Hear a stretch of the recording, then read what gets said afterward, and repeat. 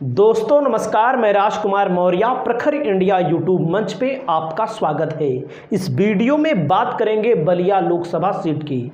बलिया लोकसभा का पूरा इतिहास, पूरा का पूरा आंकड़ा हम आपको बताने जा रहे हैं।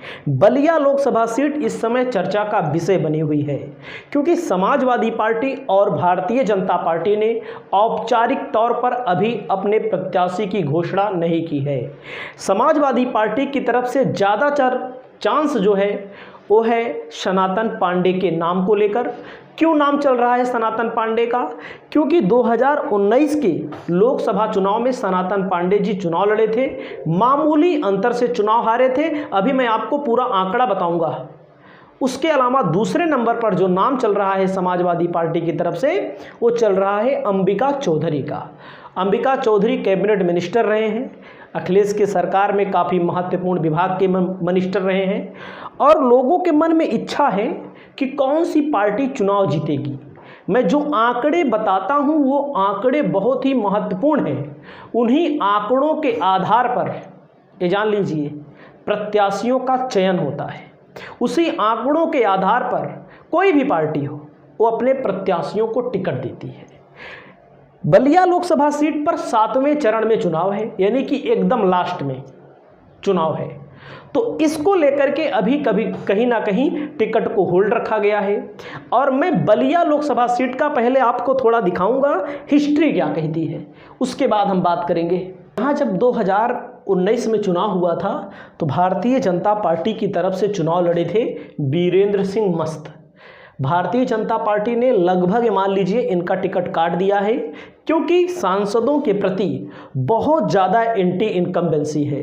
मोदी के प्रति हमें मानेंगे कि कम है, लेकिन सांसद जो भी बने हैं जिनको दोबारा टिकट मिला हुआ है वो चाहे जहाँ के कुछ बड़े नेताओं को छोड़ करके एंटी इनकम्बेंसी बहुत भारी मात्रा में है। केवल 15,519 वोटों से चुनाव जीते थे। समाजवादी पार्टी ने पांडे जी को टिकट दिया था, 4,53,595 वोट मिला था।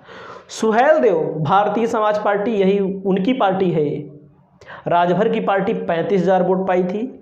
अब आप समझ सकते हैं नोटा। ये 2019 का आंकड़ा है। यहाँ पर जो हार का कारण मेन बना था मैं आपको साफ साफ बता दूं, क्योंकि समाजवादी पार्टी को जो वोट मिलता है वो बीजेपी का कैडर वोट नहीं मिलता, जिसको कोर वोट माना जाता है। समाजवादी पार्टी टिकट भले दे देती है, आप हमारी बात से हो सकता है सहमत हो सकता है असहमत हो। 1-1.5% से यहाँ पर चुनावी हार हुई है। आप देख सकते हैं 45.83, 47.4। तो आप यहाँ पर देख सकते हैं। अब 2014 पे आइए। भारत सिंह चुनाव जीते थे, 1,39,000 वोट मिला था। नीरज शेखर को 2,20,000। कौमी एकता दल यानी कि कौन लड़ा था? वही मुख्तार अंसारी के भाई हैं अफजाल अंसारी, जिस मुख्तार अंसारी की मृत्यु होती है जेल में, आपने देखा है। और रोचक बात बता दूं, देश के 8वें प्रधानमंत्री चंद्रशेखर इसी सीट से चुनाव लड़े थे और प्रधानमंत्री भी बने थे। तो आप देखिएगा यहाँ पर 2009 में नीरज शेखर चुनाव लड़े थे, 2,76,000 वोट पाते हैं। बहुजन समाज पार्टी 2 नंबर पे, भारतीय जनता पार्टी 3 नंबर पे और यहाँ पर राजभर की पार्टी 4 नंबर पे वोट पाती है। राजभर का भी इस सीट पर प्रभाव है। और मैं बात करता हूँ 2004 पर समाजवादी जनता पार्टी चुनाव जीती है। यहाँ पर आपके सामने दिख रहा है 2,70,000 वोट प्राप्त करके। और यहाँ पर बहुजन समाज पार्टी 1,89,000 वोट। यानी कि समय समय पर यहाँ पर आप देख सकते हैं समाजवादी पार्टी चुनाव जीतती रही है।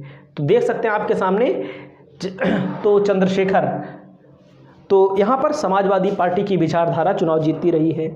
अब 2024 को लेकर के क्या होगा भाई? जैसे कुछ लोग कहते हैं कि 15,000 वोटों से अगर भारतीय जनता पार्टी जीती थी तो सपा बसपा का गठबंधन था। मैं बार बार एक आंकड़ा बताता हूं, उस आंकड़ों को लेकर कहीं ना कहीं लोग कहते हैं अरे भाई आप क्या बताते हैं।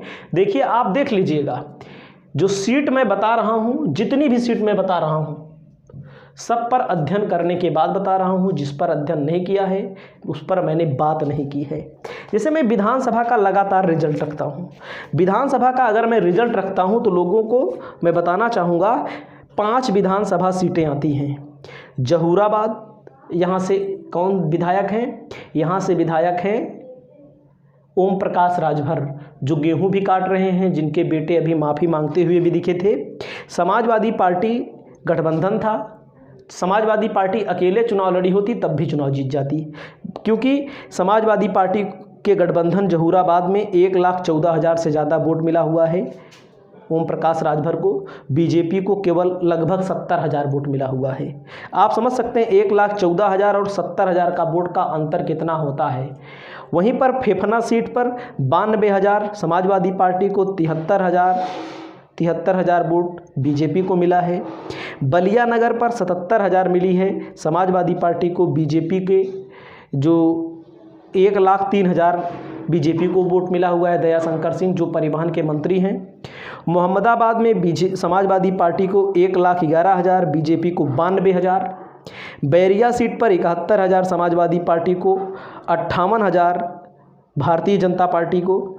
और यहाँ पर अगर हम बात करें तो 4,67,000 वोट समाजवादी पार्टी गठबंधन को मिला था। ओम प्रकाश राजभर से भले गठबंधन था, तो आप समझ सकते हैं बीजेपी को कितना मिला, 3,97,000।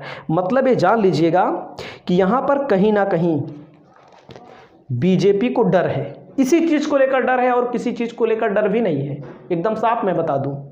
और ऐसी तमाम बहुत सारी सीटें हैं जहाँ पर बीजेपी कहीं ना कहीं फंसी हुई है।